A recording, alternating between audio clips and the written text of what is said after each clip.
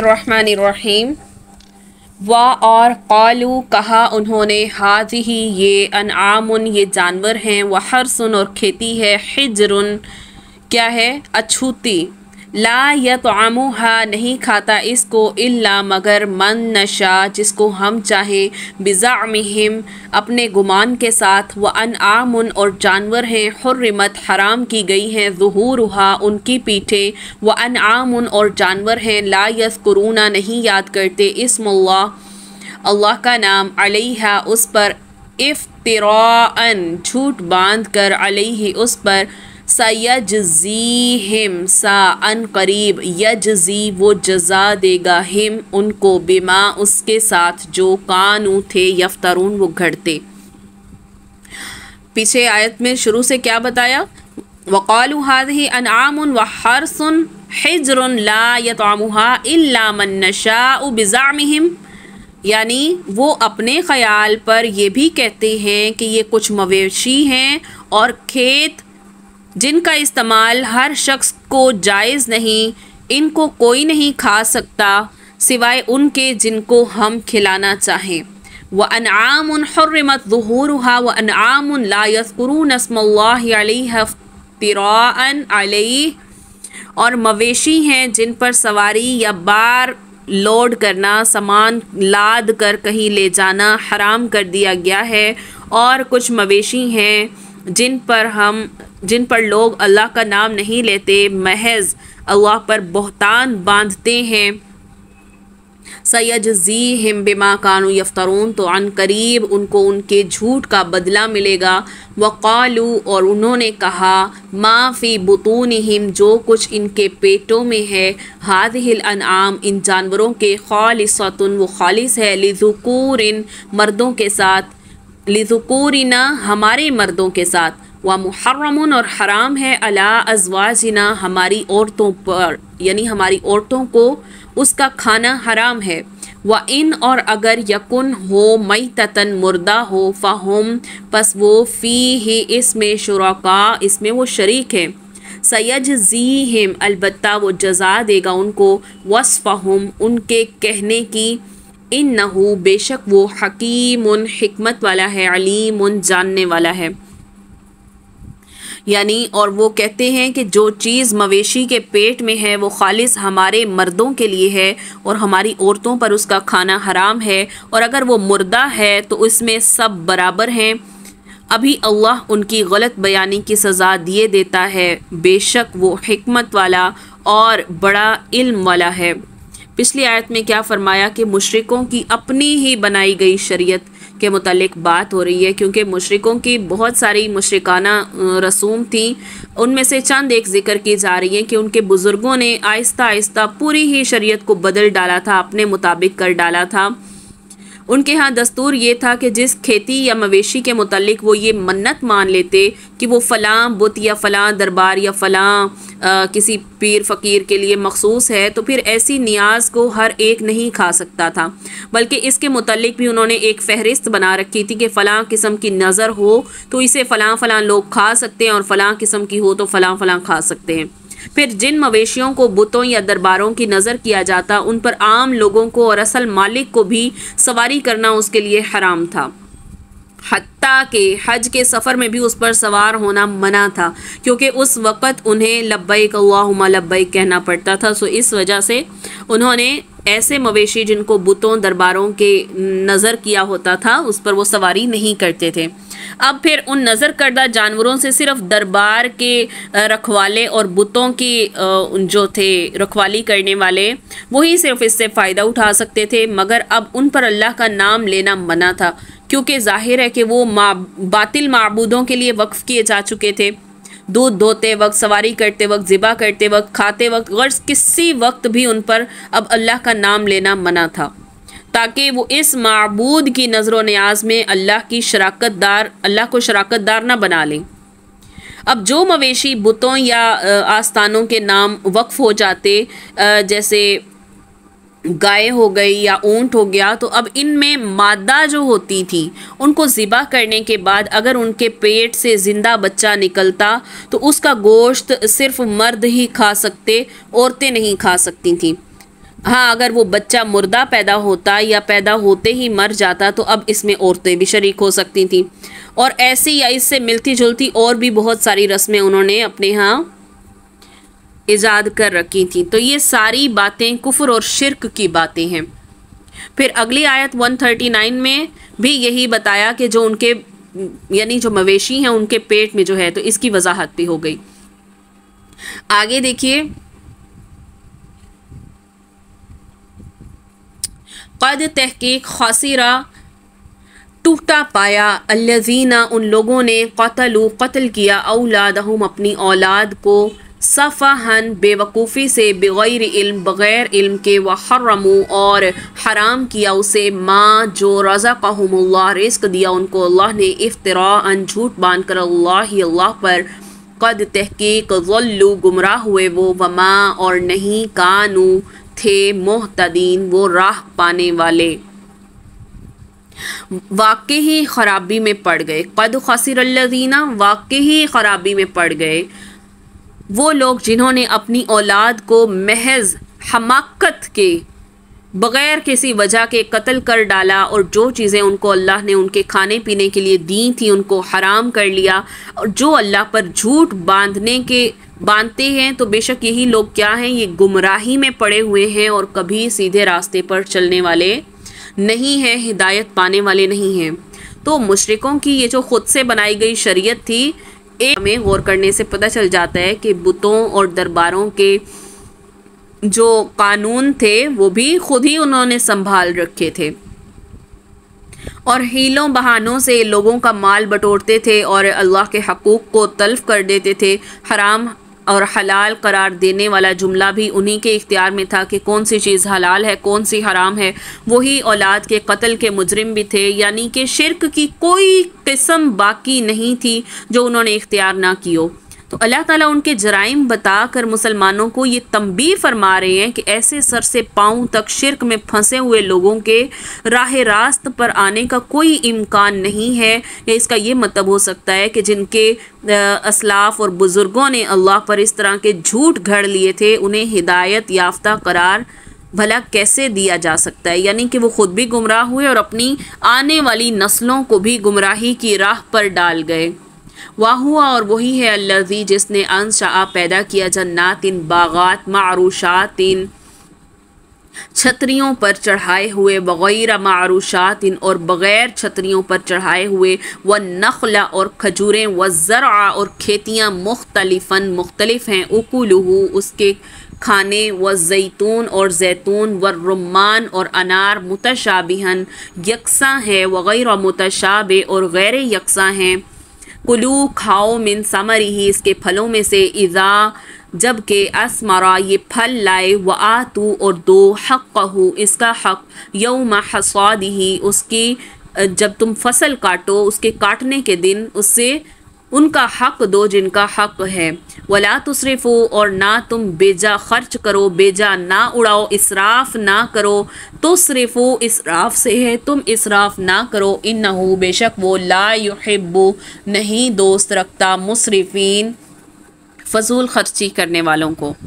वही है जिसने बागात पैदा किए वो भी जो क्या है छतरियों पर चढ़े हुए से मुराद की बुलंदियों पर चढ़ाए और कुछ ऐसे हैं जो नहीं चढ़ाए और खजूर के दरख्त हैं और खेती हैं जिनमें खाने की मुख्तलिफ़ चीज़ें हैं और जैतून और अनार हैं जो एक दूसरे के साथ मिलते जुलते हैं मुशाबे हैं और एक दूसरे के मुशाबे नहीं भी हैं। तो इन सब के फलों में से खाओ जब वो निकल आए और इसमें जो हक़ वाजिब है उसको काटने के दिन अदा कर दिया करो और हद से मत गुज़रो तो बेशक क्या है हद से गुज़रने वालों को अल्लाह पसंद नहीं करता। इस आयत में और इससे आगे वाली जो आयत है उसको भी देख लें तो इसकी तशरीह एक ही साथ हो जाएगी। अगली आयत में क्या फरमाया, वमिनल अनआमी और पैदा किए जानवरों में से हमूलतन बोझ उठाने वाले व फर्शन और ज़मीन को लगे हुए कुलू खाओ मिम्मा उससे जो रज़क़कुमुल्लाह रिस्क दिया तुम्हें अल्लाह ने वला तत्तबिऊ और ना तुम इत्तबा करो खुतवात शैतान शैतान की कदमों की इन्नहु बेशक वो लकुम तुम्हारे लिए क्या है अदुव्वुम मुबीन तुम्हारा खुला दुश्मन है। तो देखिए क्या फरमाया, मुशरिकों को तंबीह की जा रही है कि खेतियाँ और मवेशियाँ जिनके मुतल्लिक तुमने अहकामात की एक लंबी फहरिस्त जो बना रखी है, उनको पैदा करने वाला तो सिर्फ अल्लाह ही है। फिर ये नमक हरामी नहीं है कि तुम अल्लाह ही के दिए हुए रिज़्क से दरबारों और बुतों के हिस्से निकालते हो, और इसमें बुतों के ही हिस्सों को तुम्हें पूरा करने की फ़िक्र रहती है, और अल्लाह के तरफ से तुम क्या है, तुम डरते नहीं हो। खेती और मवेशी तो अल्लाह ने पैदा किए हैं, मगर हलाल और हराम का इख्तियार तुमने खुद संभाल रखा है। तो क्या ये बददीनी नहीं है? तो क्या ये नमक हरामी नहीं है? खाते तुम अल्लाह का हो और उसके साथ जो है तुम शिरक करते हो। फिर इसमें दरख्तों, फलों, खेतियों का जो जिक्र हुआ, उसमें हर एक बात पर अगर गौर किया जाए तो उनसे अल्लाह की मार्फत हासिल होती है। यानी ऐसे हक़ाइक़ बयान किए जा रहे हैं जिन्हें तुम सब अपनी आंखों से देख भी सकते हो। फिर सवाल पैदा होता है कि ज़कात अल्लाह का जो है वो बंदों पर हक़ है, तो अल्लाह के हक़ से मुराद वो सदका है जो अल्लाह के नाम पर उस फसल में से फ़कीरों, मिस्कीनों वग़ैरह को दिया जाए। यानी जो उशर निकाला जाता है ज़मीनी पैदावार से, उसको वो मुराद दिया जा रहा है यहाँ पर, क्योंकि ये जो फसल होती है ये अल्लाह ने अपने फ़ज़ल से पैदा की है ना। तो अब यहाँ पर अल्लाह का हिस्सा जो है, अल्लाह का हक़ जो है वो फ़ुक़रा और मसाकीन को ज़रूर दिया जाए। और दूसरा कि इस मकाम पर हक़ जो है उसकी मिकदार मुअय्यन नहीं की गई, सदका देने वालों की मर्ज़ी पर छोड़ा गया है। तो ये सूरत जो है ये मक्की है, जबकि ज़कात मदीना में फ़र्ज़ हुई थी। तो रसूलुल्लाह सल्लल्लाहु अलैहि वसल्लम ने ये हक़ मुतय्यन फरमाया क्या कि ज़मीनी पैदावार से जो ज़कात है वो पैदावार का 10वां हिस्सा होगी, यानी जो बारानी ज़मीन से है, और जो आबपाशी वाली ज़मीन से पैदावार है उसका 20वां हिस्सा ज़कात निकाली जाएगी। ठीक है, जो बारानी ज़मीन से ज़कात पैदा होती है उसका 10वां हिस्सा ज़कात होगी, और जो आबपाशी वाली ज़मीन है उसकी पैदावार का 20वां हिस्सा ज़कात निकाली जाएगी। फिर ज़रई ज़कात में साल गुजरने की शर्त नहीं है, यानी बाकी ज़कातों में तो है ना, साल गुजरेगा और उसके ऊपर माल उसके पास रहेगा तो ज़कात निकलेगी, लेकिन जो ज़रई ज़कात है, उशर जो निकाला जाता है, वो साल गुजरने की उस पर शर्त नहीं है। ये ज़रई ज़कात में साल गुजरने की शर्त नहीं है, बल्कि जब फसल काटी जाए और फल तोड़ा जाए उसी वक़्त ज़कात इस पर वाजिब होगी। चश्मा या बारानी पानी से सैराब होती है तो इसमें उशर या 10वां हिस्सा ज़कात, और अगर मसनूई तरीक़ों यानी कुएं से या ट्यूबवेल या नहरों से उनको पानी दिया जाता है, यानी जिस पर मेहनत भी होती है, ख़र्च भी होता है, तो अब इसमें निस्फ़ उशर यानी कि 20वां हिस्सा ज़कात निकाली जाएगी। तो रसूलुल्लाह सल्लल्लाहु अलैहि वसल्लम के ज़माने में गंदम, जौ, खुश्क अंगूर और खजूर से ज़कात ली जाती थी, मगर हमारे यहाँ इसके अलावा भी बहुत सी अजनास जो हैं वो बहुत मिकदार में पैदा होती हैं, जैसे चावल, चने, जवार, बाजरा, मकई, तो इन पर भी ज़कात अब वाजिब होगी। गल्ले की पैदावार अगर 948 किलो से कम पैदा हो तो इस पर ज़कात नहीं होगी, ये गल्ले का निसाब है, और इस कदर ज़कात को काश्तकार या ज़िम्मेदार के घर का सालाना ख़र्चा ही तसव्वुर किया जाएगा। हाँ, अगर इससे थोड़ी सी ज़ायद हो जाती है तो सारी मिकदार पर ज़कात वाजिब होगी, यानी जितना भी वो निकलता है, यानी 948 से ऊपर अगर आपका पैदावार हुई है, किलो से ऊपर हुई है, तो अब उस सूरत में क्या होगा, सारी के सारी उस गल्ले पर ज़कात वाजिब होगी। तो फिर रसूलुल्लाह सल्लल्लाहु अलैहि वसल्लम ने फरमाया कि अगर 948 किलो खजूर से कम में जो है वो ज़कात नहीं है, और 52.5 तोले से कम में ज़कात नहीं है, और 5 ऊँटों से कम में ज़कात नहीं। इसी तरह अरब में खुश्क फलों में से खजूर का ज़िक्र आया है, जबकि हमारे यहाँ और भी बहुत सारे खुश्क फल बहुत सारी मिकदार में पैदा होते हैं, जैसे अखरोट, बादाम, खुबानी, मूंगफली, किशमिश वगैरह। तो ये सब चीज़ें जब हद निसाब को पहुँच जाएं तो इन पर ज़कात वाजिब है। और इसकी दलील ये है कि अरब में घोड़े बहुत कम थे, तो रसूलुल्लाह सल्लल्लाहु अलैहि वसल्लम ने घोड़ों को ज़कात से मुस्तस्ना करार दिया, यानी उस पर ज़कात नहीं है घोड़ों पर। मगर हज़रत उमर फ़ारूक रज़ियल्लाहु अन्हु के दौर में जो खुलफ़ाए राशिदीन में से हैं और ईरान फ़तह हुआ, वहाँ पर घोड़े बहुत कसरत की मिकदार में पाए जाते थे। तो अब सैयदना उमर रज़ियल्लाहु अन्हु ने घोड़ों पर ज़कात आयद कर दी और उन्हें गाय के मिसल करार दिया। फिर इसी तरह ऐसी सब्ज़ियाँ और ऐसी तरकारियाँ जो जल्द ख़राब हो जाए, मिसाल के तौर पर आलू है, लहसुन, अदरक या पेठा वगैरह है, तो इन पर ज़रई ज़कात वाजिब होगी। और जो जल्द ख़राब होने वाली हैं जैसे कद्दू, टिंडा, करेले, तोरियाँ, इन पर ज़रई ज़कात आयद नहीं होती, बल्कि साल के बाद इनके मुनाफे पर तिजारती ज़कात आयद होगी, यानी कि 2.5% या 40वां हिस्सा। फिर उसके बाद क्या फरमाया कि हद से तजावुज़ ना करो, इसराफ़ ना करो। इसराफ़ के बहुत से पहलू हो सकते हैं।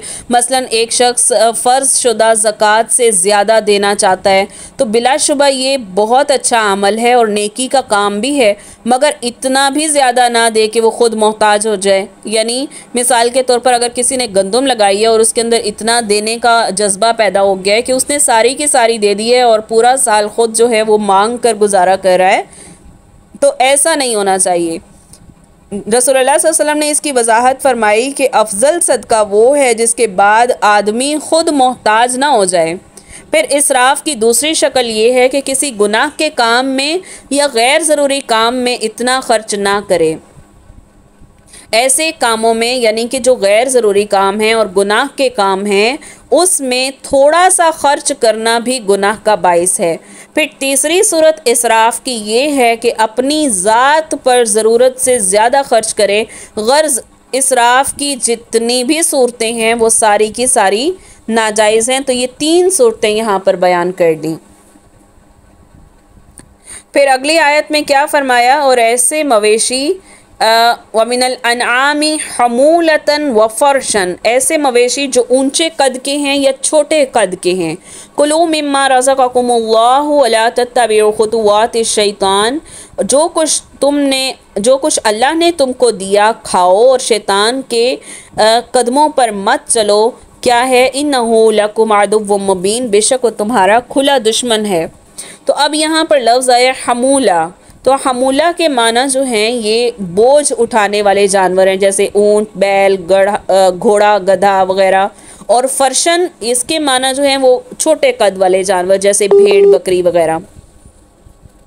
तो इनमें से हलाल जानवरों का गोश्त जो है वो खा भी सकते हो। और शैतान के कदमों पर चलने का मतलब ये है कि उनके हलाल और हराम होने और उनके खाने या ना खाने के मुतालिक तुम खुद ही अपनी तरफ से कोई ज़ाब्ता ना बना डालो। जैसे मुशरिकीन मक्का के बारे में हमने पीछे पढ़ा, उन्होंने ख़ुद से ही अपने ऊपर हलाल हराम खाने पीने की पाबंदियाँ आयद कर रखी थी, तो उससे मना किया जा रहा है। अगर तुम ऐसा करोगे तो ये सब लोगों को, जो भी ऐसा करेगा उन सबको शैतान करार दिया है, और ऐसे लोगों की बातें मानने वालों को भी शैतान का पैरोकार करार दिया है। समानियत अज़वाज, 8 जोड़े हैं। मिनव्वानी, भेड़ में से, इस्नैन 2, व मिनल मार्ज़ इस्नैन, और बकरी में से 2।